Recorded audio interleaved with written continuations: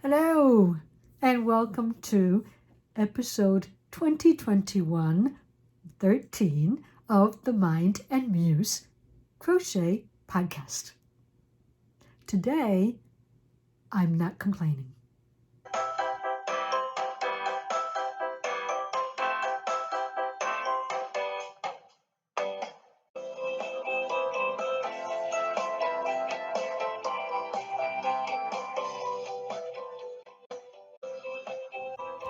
Hello there, and welcome back to my channel. I am Caroline, your host, and this is a podcast about the crafty side of my life. And basically what that means is that I share with you every couple of weeks what I have been up to in terms of crochet, needle felting, knitting, or maybe even sewing.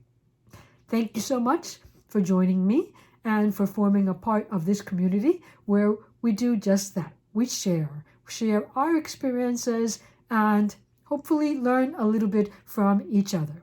So, how have you been?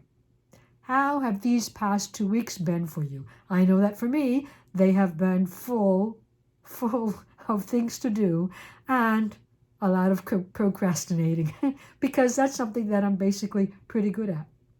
Procrastinating. But today I'm not complaining, as I say. I come to you openly and freely to share with you projects that I am very happy about. And in Walking the Talk session of this podcast this week, I am sharing with you these earrings that are a design of my own. Finally got the kind of like large teardrop shape that I've been going for the longest while. And yep, I finally got it to work for me. And so I also decided to add some beads along the outside, and that actually makes the earrings look a bit larger. So if you are not into larger earrings, then you might leave off the beads and that would make it look a little smaller. It has only 3 rows, I believe, so I guess you could leave off one of the rows if you actually did want it to be smaller. This has been made up in Omega 100% nylon yarn in the silver colorway, and I used a 1.25 millimeter crochet hook because that's what I like as of late. I am very intrigued by creating things with a very small hook and very thin thread. And I am actually thinking about, do you think about these things? I am actually thinking about challenging myself to try and use smaller threads than I have currently used in my projects because I've got a set of very small hooks and I would really like to try them out. It's not as difficult as it may seem.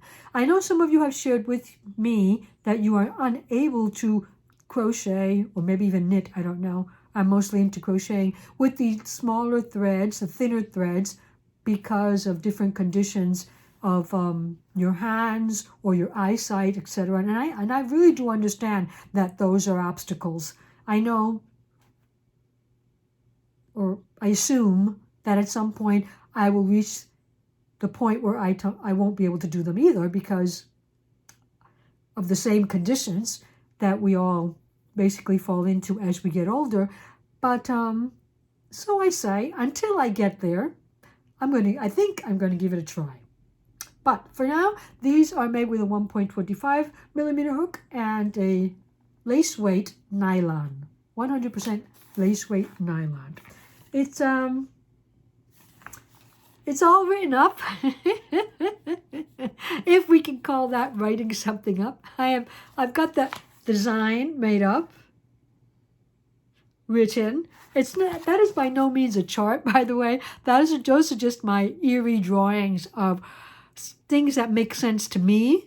But I think from there I can go to words, and if you would like to hook these up, you might. Now I find that with using the thinner thread and the smaller hook, a lot of these tend to be in themselves strong. They tend to be the tight weaving that you have to do with the small hook tends to make this a tight, and I won't say it's not flexible, it's still flexible.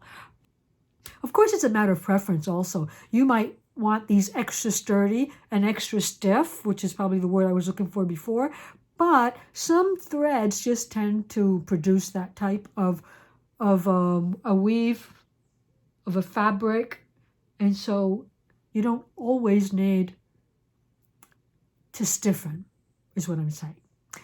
Doing things like adding or crocheting to a wire frame really avoids the need to stiffen, and creating like this frame around with beads. And I have done one bead and skipped a stitch. Maybe if I didn't skip the stitch, it would be even stiffer. It would actually have more structure to it and wouldn't lose it. For now, I would say that these you can stiffen if you would like, because since they are big and long, as you move and fold your head one way or another, like I tend to do a lot of movements with my face, they might fold over. Nothing that you can't fix by just stretching them out, but if that bothers you, you might want to stiffen them. I prefer not to stiffen. I feel stiffeners affect the brightness of the fabric, how much it shines, and I also feel that stiffeners affect, it kind of like dulls them down is what I mean. And a lot of them, well, I don't know, a lot of them, some of the ones that I have used have a strong odor, and I'm at a point now where I really would like to avoid that type of thing. So yes, I prefer not to stiffen, but if it bothers you, you may stiffen these. So you know that I'm a #1 fan of crochet jewelry. I probably wouldn't say all of them, but there's a lot out there that I like, and I wish I could make it all. But as I've also said to you, my collection is so big that it's not, I hold back. I hold back. So that's a pattern that I'm going to put on my blog at some point to share with you. And I have a second one. They're not the black earrings that I was looking for, but now that I know the pattern pretty well, now that I have worked it up several times, I could definitely make it in black, which I finally got my mercerized cotton in number 10 and black. And I also got the number 2 nylon of this Omega yarn in black. So I have options now, and you pretty soon will be seeing my black teardrop earrings, which is the whole thing that this project of making crochet earrings started out, looking for the right teardrop. I don't know if this is the right one, but at least it is one. So in addition to that, I have a second pair of earrings. Let me just step out of the way for a moment. I'm just hanging it on one of these dolls that Elizabeth made for me when she was working in a wood shop back in when she was studying at Syracuse. So here they are. Finally got my black earrings in there. Is also a design of mine. So it is also written up, and I will get it onto my blog at some point.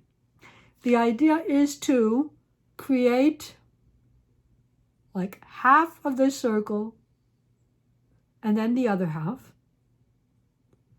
all the way down, well, down twice, and you can obviously repeat and make them longer if you would like. And then at the final one, you make half, add a bead. In this case, I add another teardrop, and then you complete that final side. So, yeah. And then we're working inside the middle. On each level here, we're working inside the middle of the previous level, except the last one, because in the middle we put that. Well, we do work in it, but we put the dangle inside of it. At the moment, I believe it has to be a dangle. It has to be some form of teardrop, which is what we call side drilled from side to side, not from front to back. And I haven't modified it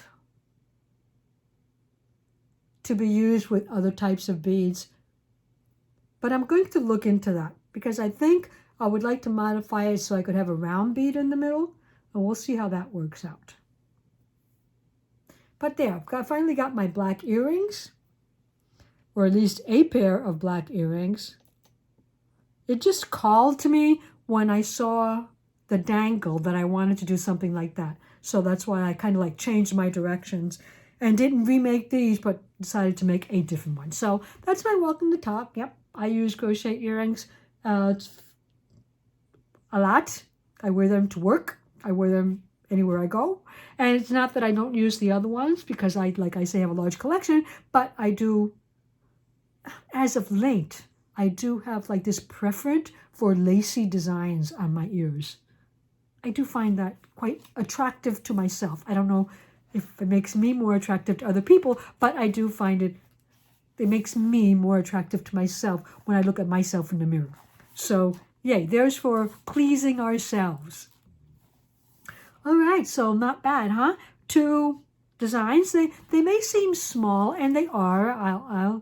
I mean, that is true, but still quite a bit of effort goes into creating those small designs, because you have to get it right. So there's a lot of trial and error, and it's a lot of trial and error with small hook and a thin yarn or thread in this case. And so it can take you a while before you get something looking the way you want it to look. But I am very happy with those. Stay tuned and I'll let you know when those finally make it to my blog. Okay, so, oops, sorry about that. Some projects have reached the end of the line. First of all, I'll get it out of the way, and you'll notice that I have a banner in back of me this week. It is my Garita banner, and so I'll maybe just step aside or move to the side, because this is the side that has everything that you want to appreciate. Unfortunately, this side was left blank, but I'll tell you what happened. It is complete, and it measures about 48 inches. Maybe that would be close to, what does my measure say here? Maybe 122 centimeters if you use that measurement. I call this the length, and the width, which for me is the vertical measurement, is about 36 inches or maybe 91 centimeters. So it's, of course, very, very, very much larger than I ever intended for it to be.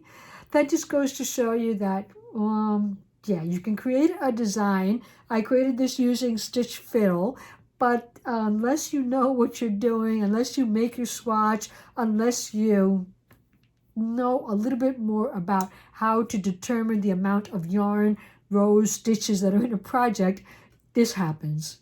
And I'm pretty sure it happens to a lot of people when they are initiating in their design phase, or just playing around with making something from scratch. And so it has used about, I'm going to say, between 500 and 600 grams of yarn. And I usually talk about yarn in terms of grams. I rarely use ounces, and I normally don't even mention the meterage. But I used Yarn Art. That was the brand of yarn that I used, Yarn Art Jeans, in several colorways, as I have mentioned before. This is a number 2, so it's more or less classified as a sport weight. I used a 3.25 millimeter hook throughout the whole project. And in 50 grams, you get 174 meters, or 160 meters, 174 yards. So let's see, if this turns on for me, I can get my calculator and calculate that for you.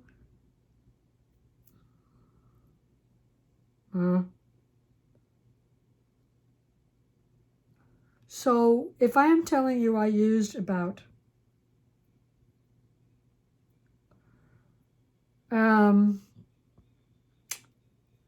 I'm going to say 550 grams of yarn.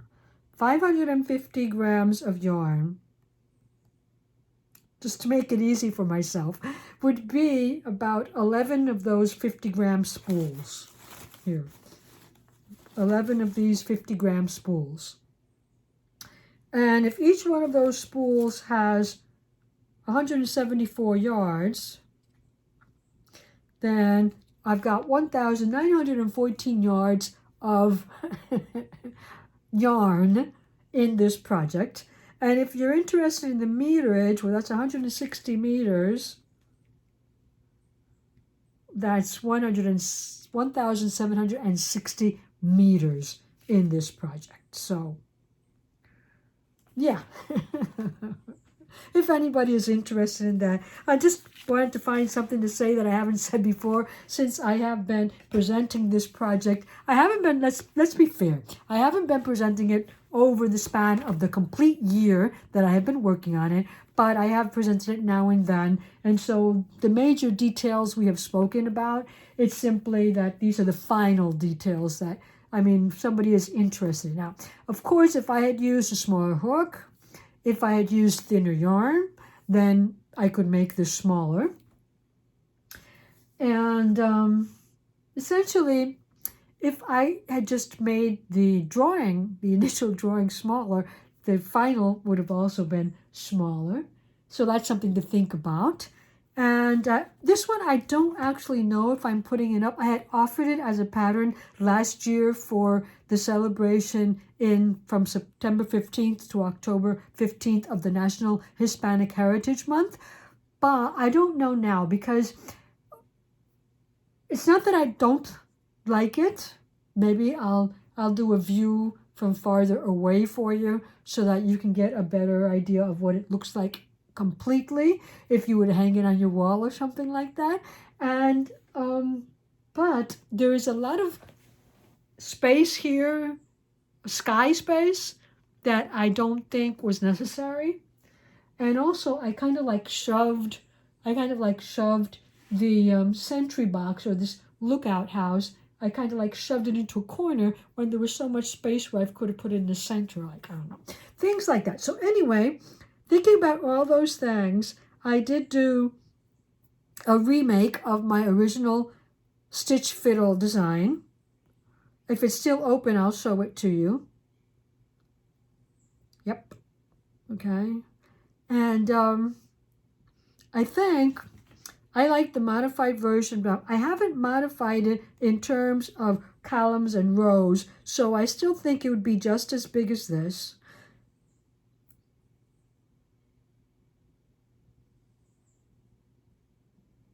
But this is the idea.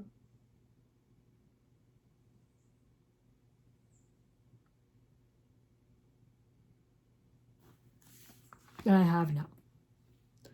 Okay, so I modified the original one, and I've extended this wall, this part over here, there's like a wall, an extension of the castle towards the front, and which didn't come out too well, my perspective.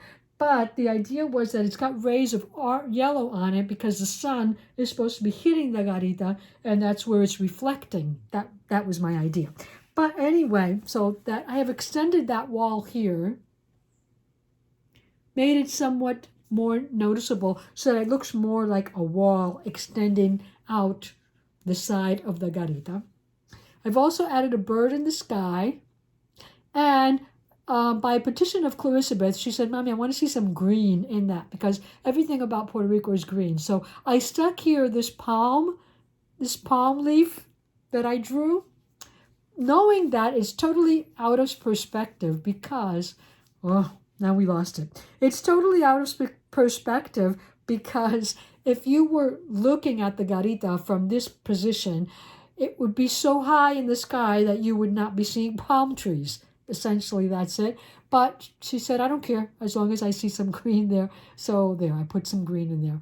And I actually like that version a lot better. So what I decided to do to this one was, Stitch Fiddle is a great program, by the way. And if you pay for the yearly version, which I can't, I think it's somewhere close to $20 a year to have this a subscription.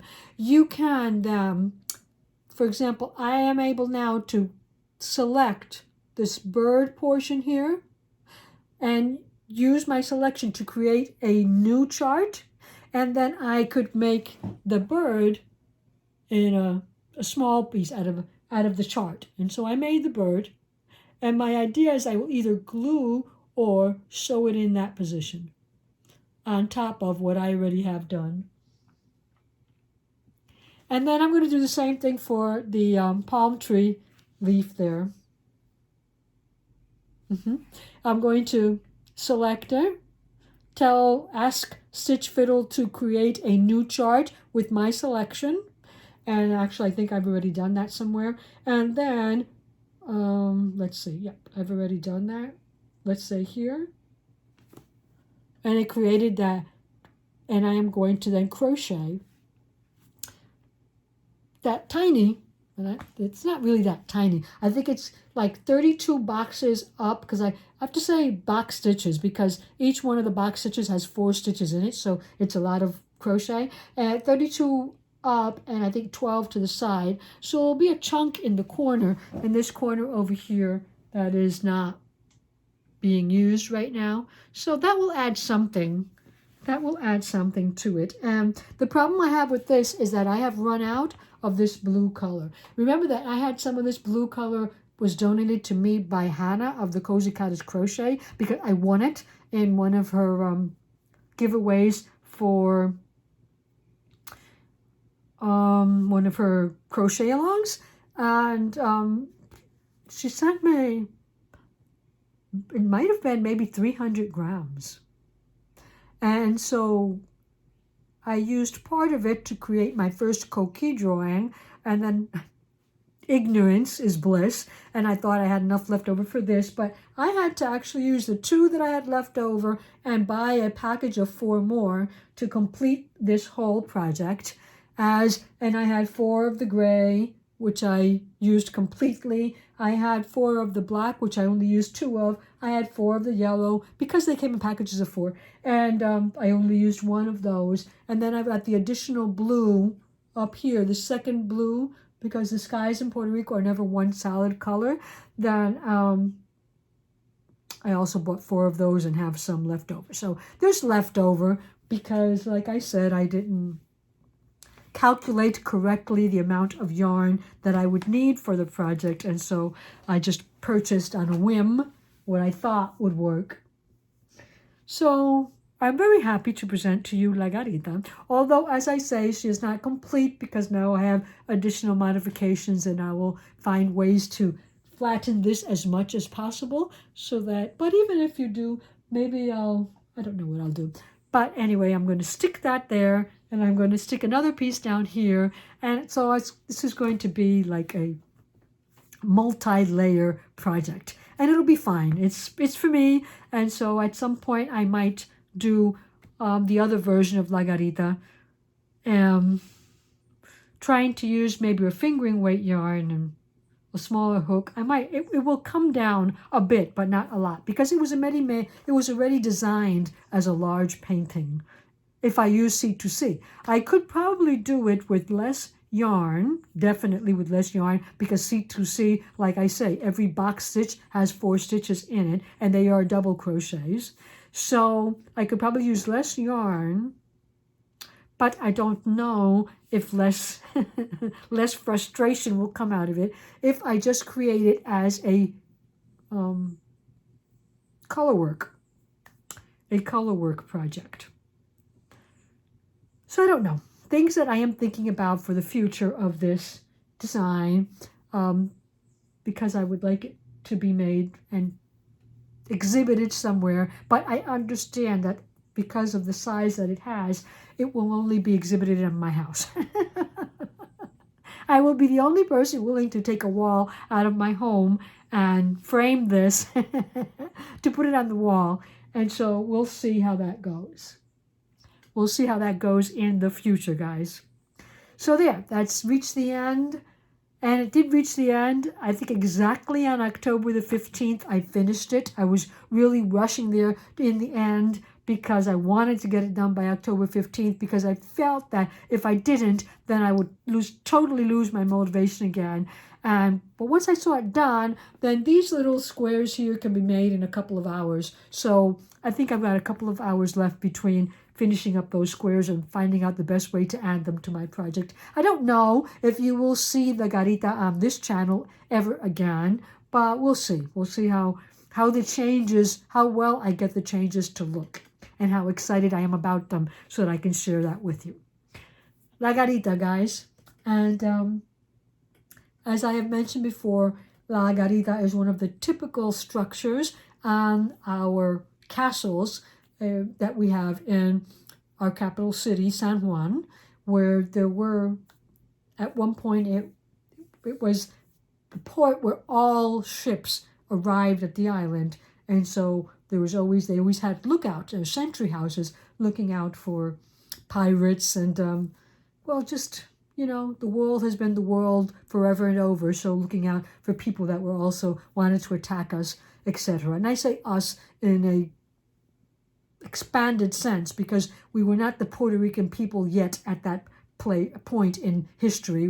There were the Spaniards and African slaves, and some of the Indians that were the Taino Indians that were that did belong to the island, had then by this time been made slaves also, or had fled to the mountains and were hiding there and probably dying of hunger and disease, whatever.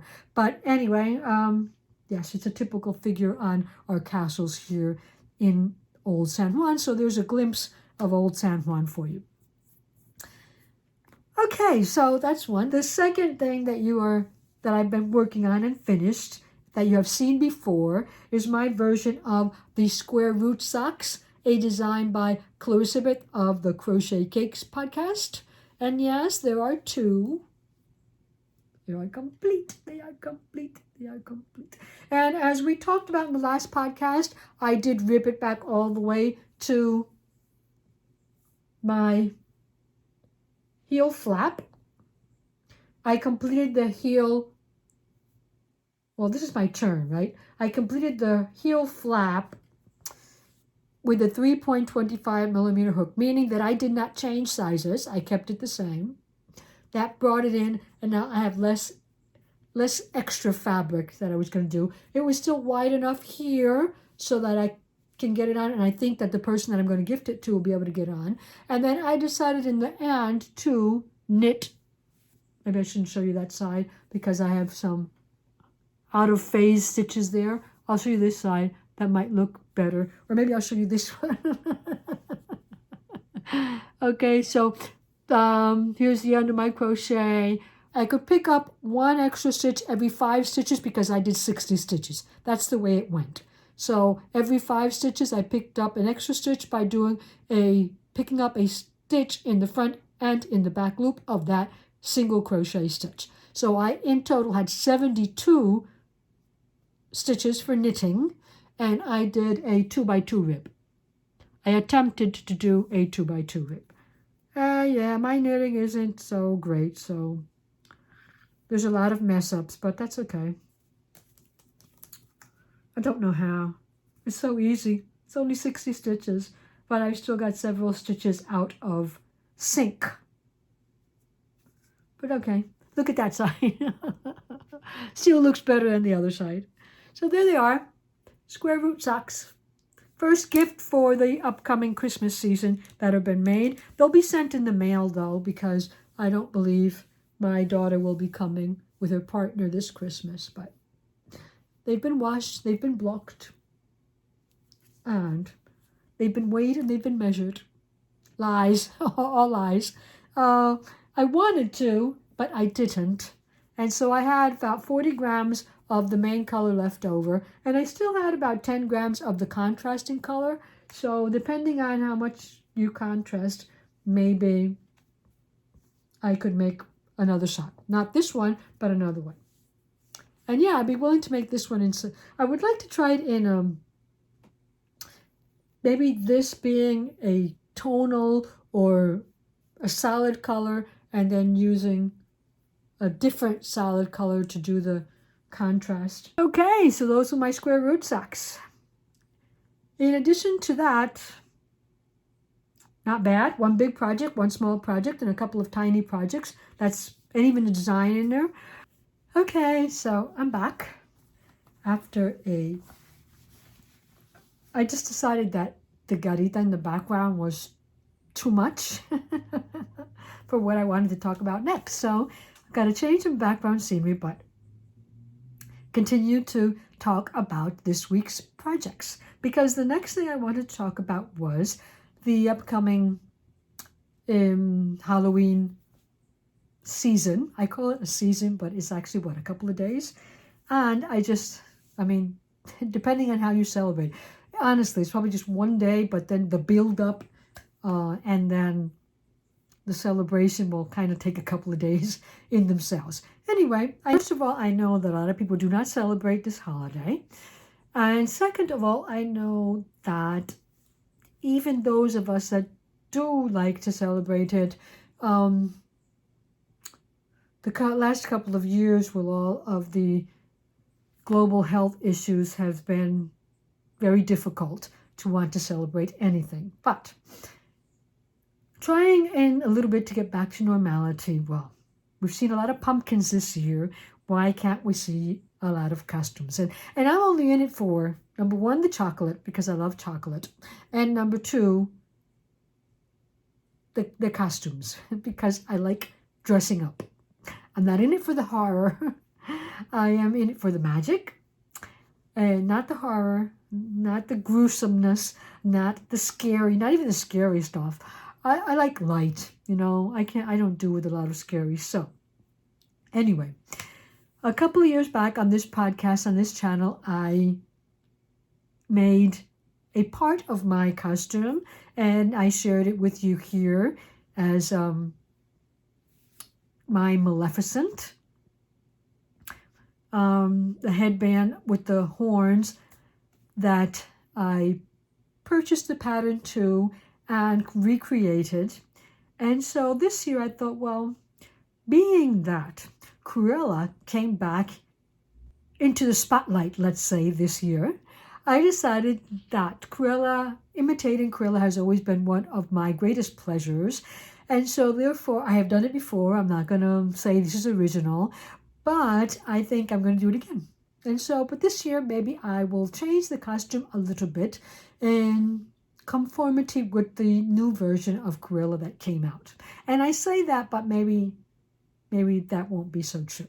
But anyway, because I am older now, I guess I should stick to portraying the Glenn Close version of 101 Dalmatians, because it might be more in character for me.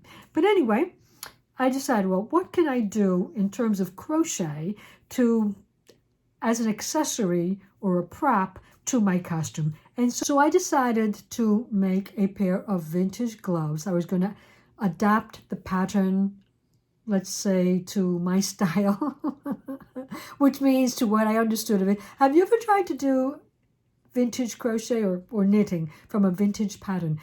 They're very concise and limited in their expressions, in their instructions. So sometimes you kind of just like have to fill in the blanks. And so, yeah, well, anyway, I am at Vintage Crochet Patterns,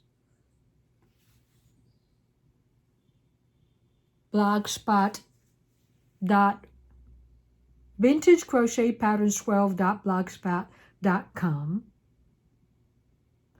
And this pattern was uploaded on the 7th of December.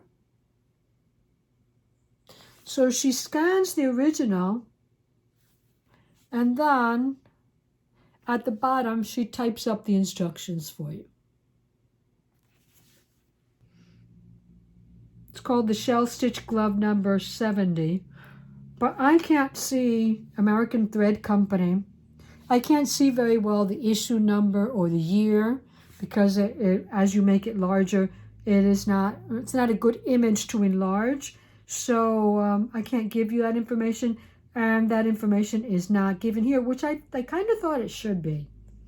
I mean, even though it's vintage, we should still respect the original version and the original publication, I think, to the point where we should at least reference the original publication. I mean, you might not have to do that legally, but I think that would be something good to do.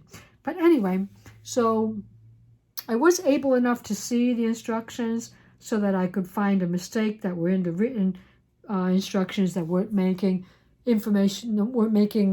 sense to me. But anyway, those are the instructions that I have been trying to follow. The difference is that they use very thin thread. They use a Silkatine number 100 white and a steel crochet hook number 8.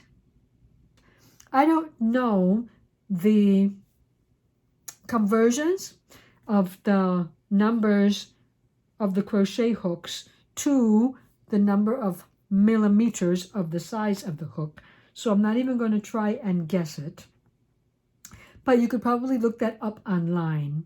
I did believe that this yarn was like a number 20 or number 30 if I compare it to, like, say, Aunt Lydia's, which is the one I use. So it was a lot thinner than what I was using. I was going to use a number 10 and a 1.5 millimeter hook. Well, that's what I did. And so here's my version. I've been making it in red because I wanted to see how the pattern worked first, and then I would try making them in black. Because although each of the characters that have portrayed Cruella de Vil on some Hollywood version of the character, at one point they have had a red glove. Usually the red gloves were evening gloves, so they were very long, and any of the other gloves were usually short and black. But I didn't want to make it in black until I kind of knew the pattern that I was working with, so I made it in red. And I've always liked the idea of the Dalmatian fur against red, so I might stick with it. Here it is. As anything that you crochet in socks or gloves, they look better on. So I did have to play with the numbers a bit because I'm using a thicker yarn. This is Aunt Lydia's number 10 in the colorway. Okay, I'm sorry about that. I had an accident here. Everything fell forward towards me. Anyway, I'm not going to take anything out of that. I'm using an Aunt Lydia's, I think it's Victory Red. I think this is Victory Red. And so I was able to adjust the amount of stitches I began with. They begin with 90 and they began with 80. And I figured out by looking at the pattern that what I needed was a multiple of 4. So for my yarn, I started with a 64. I don't know if I could have gone down to a 60, maybe, but I was worried about my wrist not fitting in here, so I didn't. But I still feel that there's a lot of room in it. It's not like a strapping tight fit. I had to adjust that. I did the number of rows that they said until you start the thumb opening, but I think I could have done because of the fact that my yarn is larger, you figure that I could have done less rows, but I didn't. I did the amount of rows that they suggested. I did my thumb opening. I left it the same size, which I believe is 30 stitches for them. And the adjustments that I had to make were on the fingers, that I needed to make my shells smaller and make less chains in between the shells so that my fingers weren't so wide. But it worked out okay. And I also adjusted the edging because on the newer version of Cruella with Emma Stone, at one point, I can see that her glove actually has like organza, a short organza ruffle at the bottom. So I was going for that. And the ruffle is made simply with chains. Single crochet, chain 6, single crochet in the next, chain 6, single crochet in the next, and I did 3 rounds of that. And I haven't cut it off. I haven't finished it because I'm thinking about if I want more rounds. If I want more rounds. I don't think so. I think I'm going to leave it at that. But since they were so simple to do, it is not difficult to make a larger ruffle. So I don't know. I might add, I might not. I might make the second one. Oops, I almost fell down there. I might make the second one and then decide what I want to do with that edge. But those are my Cruella gloves. Remember, I think in this version of Cruella also, and the Once Upon a Time series, the American series Once Upon a Time, which is at one point in the seasons, Cruella de Vil does come out as one of the characters for that season. And there's always this thing about using a very large ring over the glove, usually shiny. So I've got my owl ring. And they usually glue long nails to the top of this. I don't know. I might get the ones that have like that sticky tape so that I can stick them on and then take them off because I don't want to ruin the gloves. I don't know when in my life I would ever wear them again besides my outfit, but I might want to. I might go to a wedding where I would wear red. I don't know. My husband saw them and he said, "What are you making?" And I said, "Gloves." And he said, "But they're all full of holes." What does my husband know about crochet? Basically nothing. But, okay, so there it is. I only have one done. And I don't know if I'll have the other one done. I am thinking about maybe next week, the Friday or the Saturday before Halloween, to actually dressing my outfit for you here, since it will have some crocheting in it, and maybe something else, and sharing it with you so you can see my costume, since I definitely will not be going out anywhere with the costume. I just like the makeup and the transformation. You can see my wigs up here because I have 2 of them. I purchased a Cruella de Vil outfit one year where we were actually going to go out. And my son was here on vacation with his girlfriend, and Clarissabeth was here, and we all dressed up and we went to a open celebration in one of the plazas of the town where my son's girlfriend, now his wife, lived. And so it was a nice evening. I thought it was a nice evening. I had fun. And I've always wanted to dress up and go out dressed. And I even had somebody come up to me and want to take a picture of themselves with me. You know that all that cosplay is in now. And so people are really into that. And they stood me on the street and asked if they could take the picture with Cruella de Vil. And I said, of course. Who wouldn't want a picture with Cruella? But I didn't smile. And so I don't know how that picture came out. But yeah, I can do that maybe next week. I'll share with you the 3 times that I have dressed up as Cruella, what I have looked like, and this time.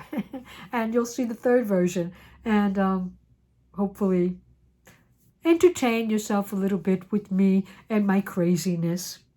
So there's my glove, and hopefully by next week I will have either a second red glove, or I will have done the black gloves. Or maybe both, who knows? So, will I be writing up that? I don't know if I can understand my own gibberish. I did take notes. I did take notes in my pattern notebook, which is also coincidentally red and black. But the thing about my notes is I read a lot of notes in here. But, the thing about my notes is like, do I understand them once I've written them? Do I understand them enough to actually translate them into something that other people understand? I don't know, because the modifications on the fingers are like difficult to put into words. It's kind of like play by ear and do this, repeat these three stitch patterns, 3 rounds of stitch patterns over and over again until you get the right size. And so I don't know if anybody would want to listen to it. Plus, the vintage patterns were very unlike today's patterns, where you have all the grading for different sizes, and you have all the inclusiveness that are required in today's patterns. There was just one size, and I think it was a medium. I'm pretty sure it was a medium because they are a bit large on me still. And even though I can't compare because I'm not actually following the pattern, but yeah, just one size. So I don't know if I will actually write that up, but I did write down my notes, at least so that I can complete the second one the same way I did the first one.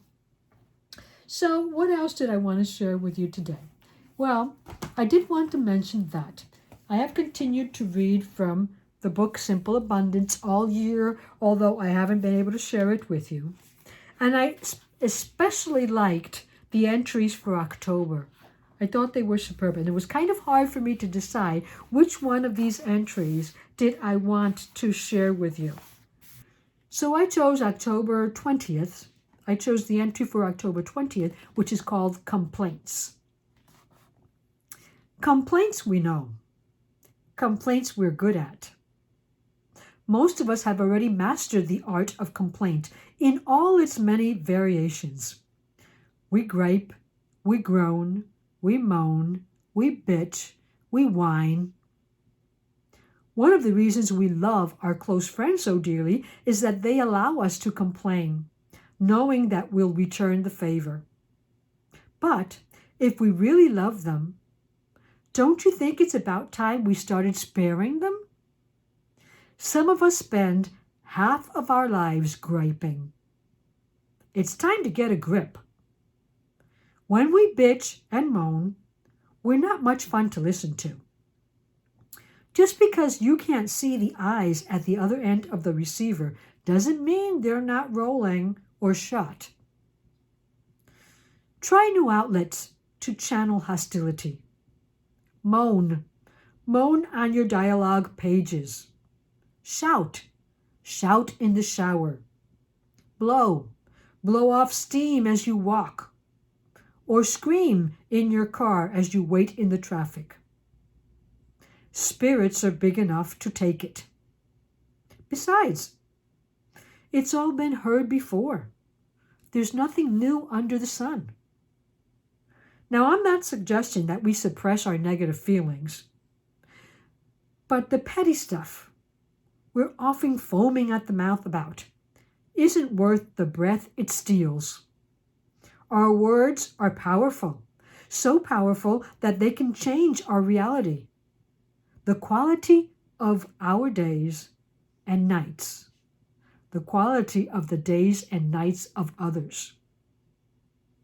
Moaning rarely makes either us or those around us feel better. In fact, it often makes everyone feel worse. Learning to shrug is the beginning of wisdom. Alternatively, you could learn to be creative. Creative about your complaining. Barbara Sher believes in the efficacy of complaining the way some people believe in the efficacy of prayer. In fact, she encourages hard time sessions. in her book Wishcraft, Sure suggests that the next time you feel as though you'll explode, announce beforehand that you need a hard session. Tell anyone in close range that you're mad, nervous, fed up, and are not going to take it anymore. Tell them that for the next 5 minutes, you're going to lose it. Tell them not to pay any attention and definitely not to take it personally. Then run amok. You'll probably end up feeling much better without having to offer apologies afterwards or to wipe away tears. You might even end up laughing. Today, if you must complain, at least be creative about it. That really struck home, guys. I loved it, and I hope you enjoyed it as much as I did, and I hope that it shines light upon the way you've been feeling the past week or the last couple of days or just today. So let's not complain in the way we usually do so. Let's be creative about our complaining. As creative about our complaining as we are about our crafting. So this is it for me, guys. Hopefully I will see you next week where you will hardly recognize me and we can share a little bit of fun time. In the meantime, before we meet again, please keep yourself safe, keep yourself healthy, and keep crafting. Don't complain. Bye for now.